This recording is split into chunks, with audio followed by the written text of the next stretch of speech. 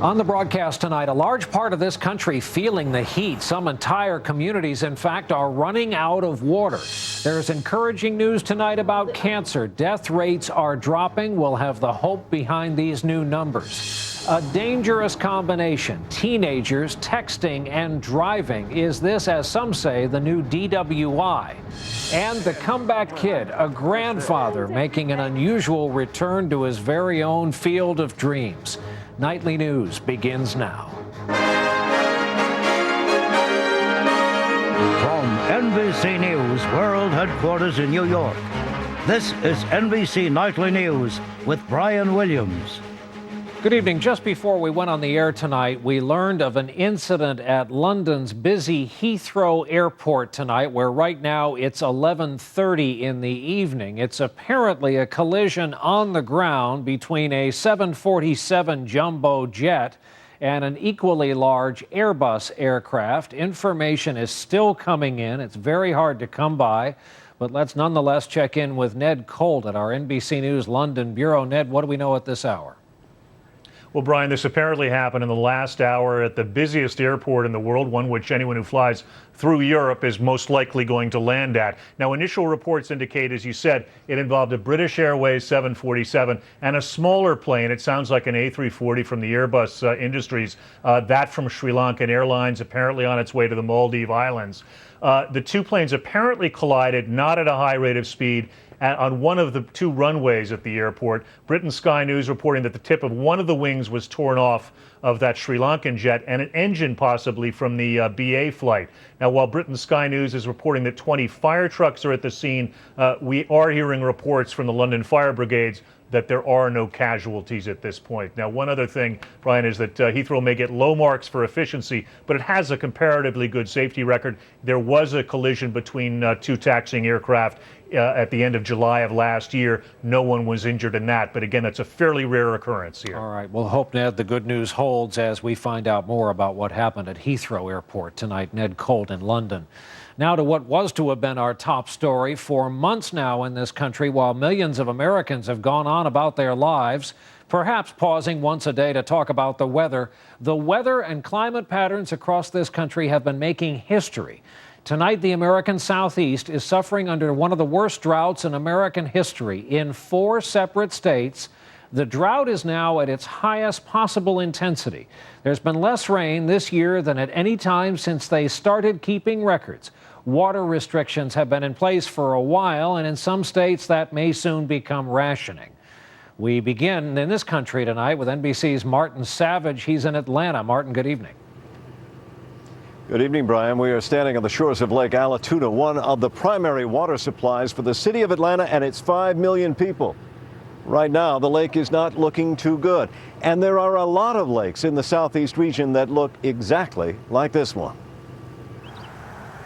As water supplies vanish at an alarming rate, North Carolina's governor this afternoon stopped just short of ordering emergency rationing. I need every single community and every single citizen in North Carolina now doing everything they can to save every drop of water. The governor even suggested restaurants stop serving water unless customers ask for it. The relentless drought is leading the Southeast into uncharted territory. We're extending beyond some of the worst case scenarios that these officials were able to identify and relate with. In Alabama, Tennessee, North Carolina, and Florida, there has never been so little rain since they started keeping records back in 1894. In Georgia, where there are already restrictions on residential water usage, officials for the first time are considering restricting water to commercial and industrial users. Farmers would be next. Even during the deep drought of the 80s and the 90s in the West, California never went beyond limiting outdoor watering. The drought also has states fighting water wars. South Carolina suing North Carolina, claiming its neighbor is taking more than its fair share of the Catawba River. Owner J.P. Ridley has watched his lakeside restaurant business literally dry up. Today, he laid off 4 employees. We didn't expect it to go down this far, this fast. You know, we're prepared for this year, but the real question we're wondering about is next year. There are a lot of people that are wondering what will happen next year, and already the forecast is not looking too good. For the winter, it's predicted that temperatures will be drier and it will be warmer. Brian? Martin Savage in Canton, Georgia tonight. Thanks, Marty. There is rare good news to report on the cancer front tonight. New numbers show a clear drop in the death rate from cancer, down just over 2% per year. That's twice the rate of decrease over the previous 10 years. Better screening is a big part of this health story, as we hear tonight from NBC's Tom Costello. Last year, Joanna Fuchs got the scare of her life. 44 years old and the mother of 3, she one day noticed blood in her stool. Her doctor insisted on a colonoscopy. When I woke up, they told me I had 3 growths in my colon. 2 of them were big, and 1 of them turned out to be cancer. Surgeons removed the cancer and the polyps, the kind of early detection and treatment that researchers say is paying off big in the fight against cancer. If we take all cancers put together, all types, on average, the survival rate now is well over 65%, is actually pushing almost 70% at 5 years. Colorectal cancer deaths down nearly 5% for men, 4.5% for women, with half of all men and women over age 50 now getting tested. Fewer smokers means lung cancer rates have dropped nearly 2% among men and stabilized among women, while new breast cancer diagnoses are down 3.5% each year. Researchers say that could be because fewer women are taking hormone replacement therapies, but they worry cancer may go undetected with fewer women getting mammograms. Meanwhile, doctors are seeing more liver and pancreatic cancer. They blame obesity and hepatitis. But the study proves that with early detection and healthier lifestyles, cancer doesn't have to be a death sentence. People often wait too long because they're afraid that they might get the news of cancer. The best thing to do is, if you're going to have it, get that news early when we can cure it. And from Joanna Fuchs. Had I waited till I was 50, it would have been a much different outcome. Living proof of the difference early detection and treatment can make. Tom Costello, NBC News, Washington. Now to the American economy and what many people consider a time bomb, the price of oil, which hit a new all-time high today. Oil surged up $2.44 a barrel today, closing at a new record $86.13. That helped contribute to a sharp slide on Wall Street. Dow finished down more than 108 points on the day. CNBC's Maria Bartiromo is with us to talk about this tonight. And Maria, in plain English, why aren't we feeling this more than we already are? It's amazing, Brian. You know, today the move was really triggered on news that oil production is actually slowing around the world, even though demand is rising everywhere. Oil prices are up more than 40% in 2007 alone. It's a mystery. Everyone I ask why we have not seen a bigger impact from the high price of oil on this economy says that there aren't any answers. We are watching oil move higher, and make no mistake, this is a negative for the U.S. economy because the high price of oil just zaps anybody's ability to buy anything else or spend money on anything else. And of course, we know that consumer spending, represents 2/3 of economic growth. At some point, as predictions are rising that oil will hit $100 a barrel at some point, perhaps this year, you have to believe that will slow down economic growth even further. All right, Maria, we'll watch it along with you as we go down into tomorrow. Maria Bartiromo from CNBC's headquarters tonight. With oil and gas prices so persistently high these days, you would think the market for alternatives, biofuels like ethanol especially, would be a booming business right now, but it turns out it's more complicated than a matter of simple supply and demand. That story tonight from CNBC's Scott Cohn. In Grafton, North Dakota, the ethanol plant on the edge of town is shutting down. Not enough demand. People aren't buying enough. They're not using it enough. More than 30 people out of work in a community of just 4,000. To lose 30, 40 paychecks, that's 30 or 40 people that are sitting at your diner, they're shopping in your grocery store. It's happening across the country. With profits down, ethanol companies are scaling back their plans. It was supposed to be a bounty for all of rural America and maybe a cure for America's dependence on foreign oil. But now with every field they clear, they're finding the economics of ethanol are a little more complicated than everyone thought. The farmers like Denny Hawks in Illinois did their part. This is the best crop we've ever had in our life. They're harvesting the largest American corn crop in history. 13 billion bushels this year, according to government forecasts, as farmers try to capitalize on corn prices up more than 70% in the past 2 years. And ethanol plants had been sprouting up everywhere, pumping out as much as 6.5 billion gallons this year, up from 1.5 billion in 2001. But without enough alternative fuel vehicles to soak it all up, the price of ethanol is falling. So what we're getting for our gallon of ethanol versus what we have to pay for that bushel of corn is the margin has to get, it has to come closer. Economist James Sartwell says it's a classic case of a new industry growing too quickly. How many years it takes us to sort this out, I don't think anybody has a really good handle on right now. In Grafton, they're hoping to reopen the plant eventually. But across the Farm Belt, they're finding that harvesting real profits from ethanol will take a little more patience. Scott Cohn, CNBC, Elburn, Illinois. Idaho Senator Larry Craig has broken his silence. He isn't giving up his fight to take back that guilty plea he entered after being arrested in a men's room at the Minneapolis airport back in June. Today he filed a new appeal, and over this past weekend, the senator and his wife sat down and spoke exclusively to Matt Lauer about the arrest, the decision not to resign from the Senate, and about those who have and have not supported him, including Republican presidential candidate Mitt Romney. I was very proud of my association with Mitt Romney. I'd worked hard for him here in the state. I was a co-chair of his campaign on Capitol Hill, and he not only threw me under his campaign bus, he backed up and ran over me again. And you know, you kind of look and blink a little bit, and while they were reacting that way, there were another set of senators who were calling us and saying, "What's going on? What can we do to help you?" Matt Lauer's exclusive interview with Senator Craig and his wife Suzanne airs here on NBC tomorrow night. That's at 8 p.m. 7 Central Time. When Nightly News continues here this Monday evening, our reporting tonight on driving while text messaging, the newest road hazard in this country, and later a big man on campus at the tender age of 59. Earlier in the broadcast, we talked about the drought in the southeast. Well, Texas is having the opposite problem these days. Heavy rains, flash floods, swamped areas of North Texas again today, making a mess of some roads. And for one spot, downtown Fort Worth, temporarily cutting power to about 20,000 power customers. Now to a story about safety behind the wheel. If you have any teenage drivers in your household, and we have 2 in ours, then you know it is a huge worry when they're distracted. It's a major hazard for young drivers and all those on the road around them.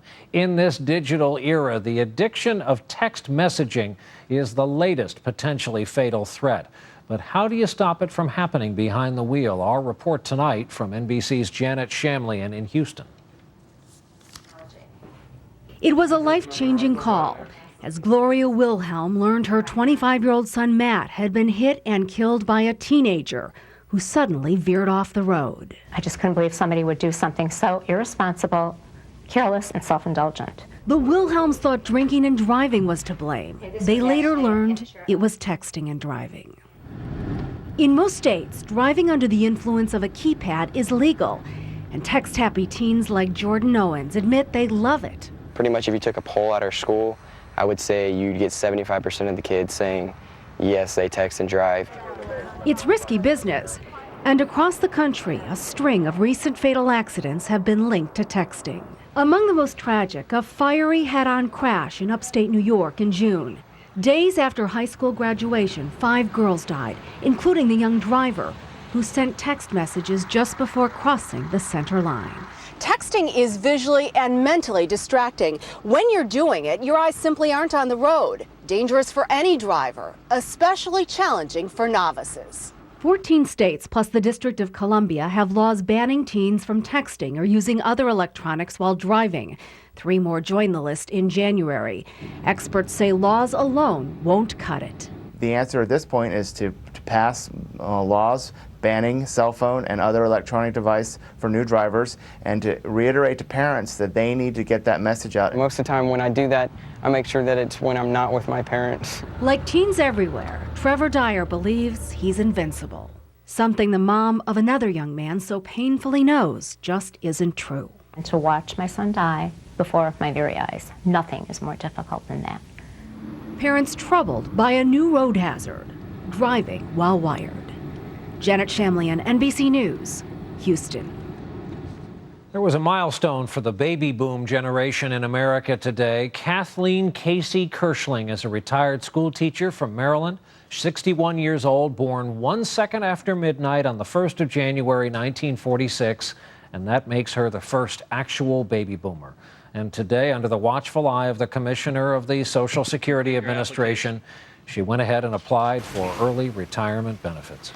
When Nightly News continues here in just a moment, our series China Rising, and a look at the society and a prosperity unthinkable just 20 years ago.